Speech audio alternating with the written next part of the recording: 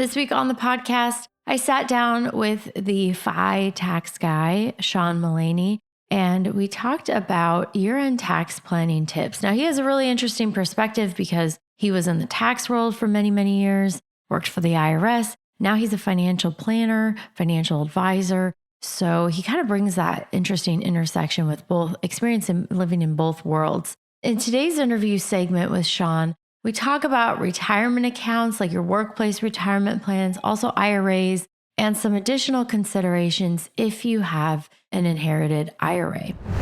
Yeah, so one other thing that I always talk to clients about, especially when they have 401ks and they're able to max out, or even if they're not maxing out, trying to save as much as possible, making sure that you're using those last couple payroll periods of the year.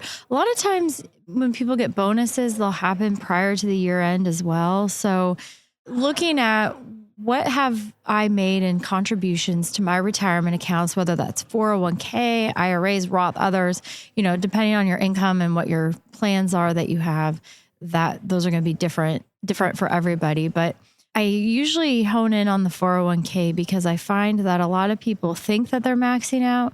They don't really bother to check if they actually are. And then they miss the opportunity to actually max out, whether that's not doing like the catch-up contribution if you're over 50 or just, not maxing out the total limit for 2024, because that amount tends to go up almost every year, even a little bit. And so you might have been maxing out last year or the year before, but not all payroll companies or whoever's doing the payroll, if you intend to max out, that's not always translating to your payroll contributions. So I would just advise people to check on that. If you intend to max out, make sure that you're on target to do that. I don't know. What else do you have to say about that, Sean? Oh, that's a great point, Ashley.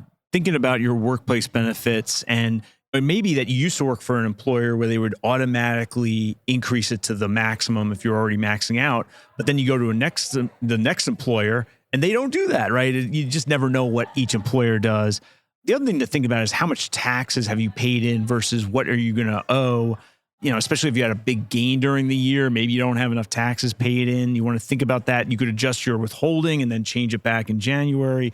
Or, one of my favorite little tips and tricks on this one is if you have an inherited IRA, there are people who are under 59 and a half years old, and maybe for whatever reason, they haven't paid in enough in taxes during the year. Maybe they're early retired. Maybe they're still working. That inherited IRA is a great place to generate a distribution in your brokerage portal and say, hey, why don't you just withhold 75%, 80% of this, 99% of it to the IRS or to the state taxing agency. And there's no penalty, even if you're 40 years old with an inherited IRA, and you can catch up for any under withholding by paying through an inherited IRA. There are ways to do it through your own IRA. If you're not 59 and a half yet, it can be a little more tricky though. So there'll be a couple others to think about before December 31st.